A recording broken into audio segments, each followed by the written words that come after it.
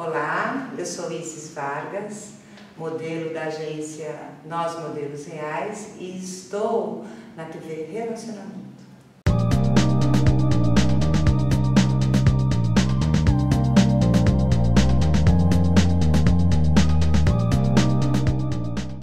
Olá, internautas, iniciamos mais um programa Você é Top. E hoje nós temos aí um bate-papo um pouquinho diferente, mas repleto de muita cultura. Então, Osiris Rores, gratidão, muito obrigado. Prazer foi E meu. eu gostaria que você nos ensinasse aí sobre o palíndromo. Com prazer, com prazer. Muito bem. Palíndromo, definição de palíndromo. Eu vou falar um pouquinho olhando para você, um pouquinho olhando para cá. Perfeito. Depois vou escrever aqui no quadro também. Palíndromos são frases ou palavras que ficam rigorosamente iguais quando lidas letra por letra da direita para a esquerda. Por exemplo, eu gosto muito do nome desta loja aqui, Renner. Acho que você já deve ter comprado. Sem dúvida. E talvez não tenha percebido que se você lê ela letra por letra, do final... É verdade, da mesma coisa. É a mesma coisa. Certo. Ouro também. Não entendi. Sabão ouro. Ah, sim, sabão ouro, certo. Tem milhares, né? Mas o interessante do palíndromo é você fazer uma frase de modo que ela possa ser lida da esquerda, da direita para a esquerda, ou seja, ao contrário, e ela reproduza o mesmo teor. Por exemplo, o palíndromo em língua portuguesa mais conhecido, certo, é este aqui. Socorra-me. Tem um pouquinho longo, mas ele é muito interessante. Socorra-me subir no... Eu vou usar todo o quadro. Por favor. Ônibus em Marrocos. Marrocos é aquele país da Marrocos. Então, se você ver logo aqui no Marrocos, socorrão-me, subir no ônibus em Marrocos. Puxa, interessante. Esse é o palíndromo em língua portuguesa mais conhecido que existe. Existem milhares de outros palíndromos. Eu mesmo devo ter criado, no meu livro tem 309 páginas, eu devo ter criado uns 2.000, 2.500 palíndromos originais, né? Mas, a todo momento, em todos os lugares, você pode encontrar um palíndromo. Por exemplo, uma frasezinha. O galo no lago. Pronto. Aí já está o palíndromo. O galo no lago. Certo? Com o teu nome não dá para fazer palíndromo. Né? Nem com o nome do Herbert também, que é um nome muito complicado. Mas, os nomes mais simples, por exemplo, eu conheço duas pessoas cujo nome deles, não conheço mais, é Daniel. Ok. Então, o que eu posso escrever com Daniel? Eu posso escrever lei, eu posso até perguntar, lei, nada, Daniel. Está aí, ó. Lei, nada, Daniel. Se você quiser falar com a palavra Daniela, é fácil também. Você põe a, lei, nada, Daniela. Pronto. Certo? Então, deu um palíndromo, você fez outro. E assim você vai ter milhares, milhões de palíndromos. O palíndromos é uma técnica de escrita que em todas as línguas que são alfabéticas, línguas que são escritas através de um alfabeto, todas elas têm alemão, inglês, português, logicamente, espanhol, grego, hebraico, ou seja, todas as línguas cuja escrita é através de um alfabeto, ela tem palíndromo. Por exemplo, existe um palíndromo em inglês muito interessante. É um palindromista inglês, é um palindromista americano, que ele escreve palíndromo de uma forma muito curiosa. Eu vou escrever esse palíndromo em inglês. Ele diz assim: cigar. Cigar é charuto em inglês. Cigar. Tosse it. Jogue-o. Tosse it. In a can. Numa lata. Certo. Agora eu vou botar aqui embaixo. It is so tragic. Então é cigarro. Jogue-o numa lata. Né? Ele é muito trágico. Veja aqui, ó. Cigarro. Toss it in a can. Can. It is so tragic. Interessante. Certo? Fale. Em que momento da sua vida que te despertou você estudar sobre o palíndromo? Boa pergunta, boa pergunta.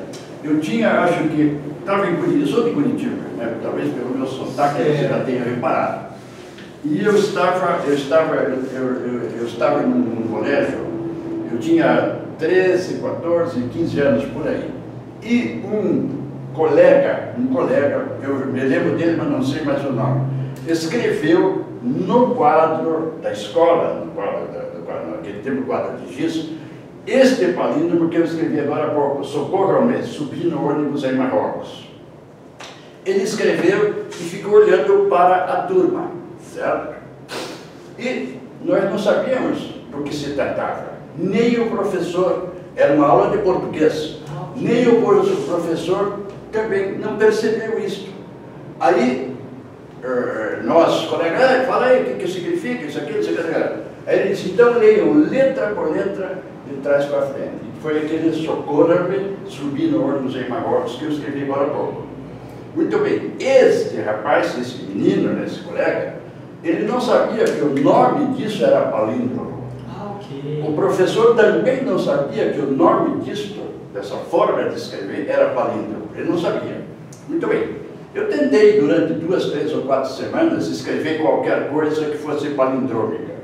Não deu em nada, não deu em nada. E esse assunto ficou dormindo no meu subconsciente por uns 20 anos. Passados 20 ou 25 anos, passados 20, 25 anos, o que aconteceu? Aí já tinha informática, já tinha computador, já tinha uma opção de coisa, e eu comecei a pesquisar. E eu digo: nossa, olha aqui, olha, não sei o quê. Escrevi novamente o famoso socorro, que escrevi nos Marrocos, e pensei num palíndromo. Eu pensei que eu tinha escrito um palíndromo original.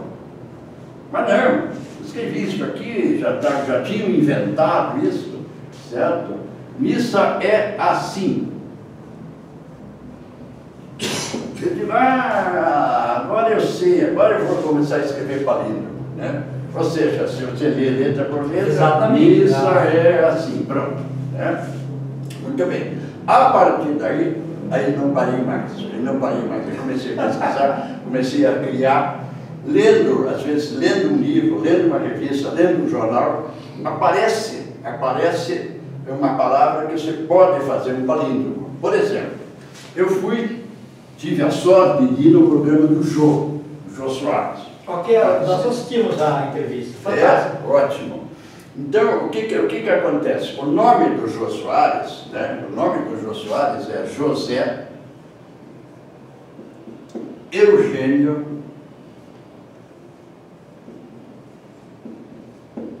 Soares. Esse é o nome civil do Jô, certo? Então, eu fiz e mostrei para ele que com os 3 nomes dele, dá para fazer palíndromo. Por exemplo, aqui, és o José? Estou perguntando. És o José?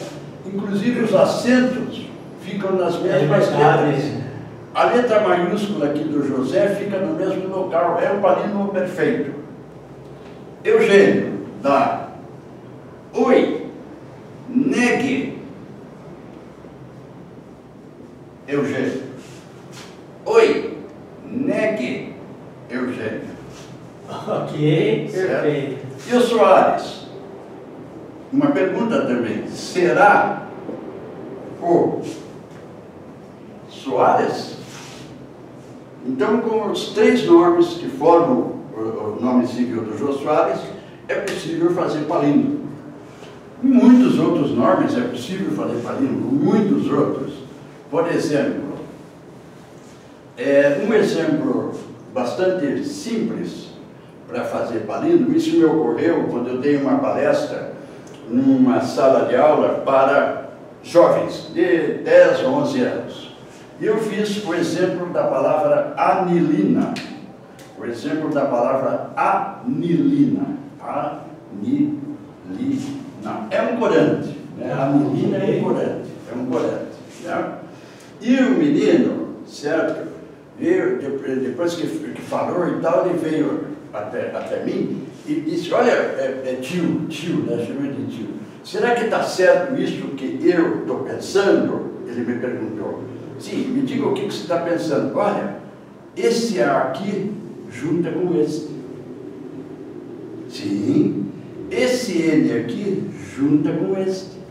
Sim. Esse menino tinha 11 anos. Esse I aqui junta com este. E esse L aqui serve para todos. Isso aí é um algoritmo que ele com 11 anos criou. Certo? Isso o pessoal que estuda TI aprende na faculdade. E ele veio até mim e me disse, está certo isso? Eu digo, está super certo, continue assim. Então você percebe que para as crianças, para jovens, né, para nós humanos, não há não há nada no DNA que nos diga que nós devemos ler da direita para a esquerda, da esquerda para a direita, da direita para a esquerda. Não. E já em várias ocasiões, eu fazendo essa demonstração de palíndromo para crianças que logicamente são alfabetizadas, sim, certo? Elas conseguem escrever facilmente o nome delas de trás para frente. Por exemplo, olha lá, deixa eu pegar esse aqui, que esse aqui está menor. As crianças recém-alfabetizadas, por exemplo, elas conseguem fazer S-O-L-A-N-G-E, Solange. Elas conseguem fazer isso facilmente, porque isso eu já tive essa experiência com palestras, com demonstrações de palíndromos, certo? Até mesmo em livrarias, né? Que eu levava o meu quadrinho branco lá e tal e fazia. E as crianças vinham perguntar o que era palíndromo, né? Eles escreviam palíndromo assim, e elas, deixa eu ver se eu consigo escrever então o nome da minha mãe. O nome da minha mãe é Maria. Elas faziam exatamente isso aqui. Escreviam de trás para frente, da direita para a esquerda. Então não há no DNA humano nada que determine que você deva escrever da esquerda para a direita ou da direita para a esquerda. Por exemplo, a língua árabe. O árabe é escrito da direita para a esquerda. Sim. O hebraico também. Eu quase fui alfabetizado em hebraico, certo? O hebraico se escreve da direita para a esquerda, e o árabe também. Só que as letras hebraico, do alfabeto hebraico e do alfabeto árabe foram criadas para serem escritas da direita para a esquerda. Certo? Então a leitura, a escrita fica fácil. Aquela história de Leonardo da Vinci, que ele escrevia da direita para a esquerda, isso aí é balela, porque qualquer pessoa, certo, que lê qualquer coisa que aparece estranho, vai perceber que está escrito da direita para a esquerda. Ou então é só botar um espelho, botar essa escrita na frente do espelho, o espelho vai reverter isso aí e vai escrever. Leonardo da Vinci provavelmente escrevia em latim ou italiano, com o alfabeto latino. O alfabeto latino não foi criado, as letras do alfabeto latino não foram criadas para serem escritas da direita para a esquerda. Foram criadas para serem escritas da esquerda para a direita, principalmente as letras minúsculas, né? Então, essa história de que você reverte as coisas e que você pode enxergar as coisas no sistema espelho, né, é natural. Eu mesmo estou terminando, já terminei o livro. É um livro sobre palíndromos para o público juvenil. Esse livro vai ter ilustrações, certo? E em muitos momentos do livro, eu sugiro que o leitor coloque o livro na frente do espelho para ele ver como é que fica. Entendi. Certo? Então, por exemplo, bom, existe muita coisa, por exemplo, eu cito nesse livro, inclusive, a palavra jardim. A palavra jardim. A palavra jardim dá para você ler ou escrever da direita para a esquerda? Dá, certo? Só que midragem não é nada. Midragem não significa nada, certo? É meramente ler uma palavra qualquer da direita para a esquerda. Não significa nada, né? Agora, quando você consegue escrever uma frase, isso é bastante interessante, que ela pode ser lida, que ela é lida da esquerda para a direita e também da direita para a esquerda, mas diferente, aí sim fica interessante. Por exemplo, a pergunta é a Cida. Cida é apelido de Aparecida, né? É a Cida sádica? Isso é uma pergunta. Tá. É a Cida sádica? Muito bem. A resposta: a Cida sádica é a resposta. Então você tem duas frases, uma normal e outra palindrômica, com o detalhe que uma é a resposta à outra, né? Ok. Então, isso é uma característica também dos palíndromos, né? Que você cria um duplo palíndromo. Muito bem. Qual é a primeira referência que se tem sobre os palíndromos? Certo? A primeira referência que se tem sobre os palíndromos é de Sócrates de Maronea. Sócrates de Maronea, isso no terceiro século antes de Cristo, não sei, mas Sócrates de Maronea, onde ele era um poeta satírico que escrevia palíndromos para criticar o rei. Bom, até que o rei descobriu isto, que ele escrevia palíndromos que, lendo de trás para frente, era uma crítica ao rei, até que o rei ficou sabendo, e aí mandou matar o Sócrates de Maronea. Sim. Embora Sócrates de Maronea seja conhecido como a primeira referência aos palíndromos, dele, de Sócrates de Maronea, não existe nenhum palíndromo. Não existe nenhum palíndromo. Interessante. Então, o que acontece? Qual é uma bela referência aos palíndromos? Foi encontrado em Pompeia. Pompeia foi aquela cidade perto do vulcão do Vesúvio, que foi, numa erupção do Vesúvio, no ano 79, ela foi aniquilada. E lá foi encontrada uma pedra, certo? Uma pedra que é muito interessante. Ela diz o seguinte: Arepo,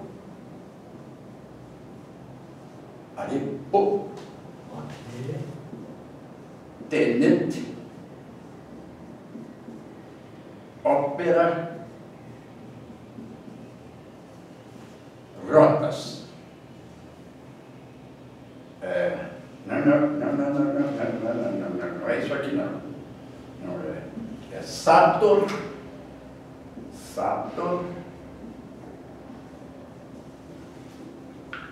é isso aqui. aqui, Sator, Arepo, Tenete, Ópera, Rotas. Isso, peraí, deixa eu botar aqui bem direitinho. Rotas. Isso deve ter, isso foi encontrado numa pedra, certo? Esculpido numa pedra. Muito bem. Dizem que isso aqui é latim, uma corruptela de latim, certo? A tradução não existe uma tradução exata. Mas o interessante é que isso aqui transformou-se no chamado quadrado mágico. Ou seja, em qualquer sentido que você leia, fica a mesma coisa. Por exemplo, Sator, Arepo, Tenete, Ópera, Rotas. Então aqui, ó, traz para frente. Sator, Arepo, Tenete, Ópera, Rotas. Sator, Arepo, Tenete, Ópera, Rotas. Sator, Arepo, Tenete, Ópera, Rotas. Certo? Então isto é chamado quadrado mágico. É a primeira referência escrita que se tem a respeito de palíndromo, né? Ano 79 da era cristã em Pompeia. E aí não parou, não se parou mais, né? Não se parou mais. Então, o palíndromo basicamente é isto, é você ter aquela sensibilidade para você escrever uma frase ou um texto que, lido ao contrário, seja a mesma coisa.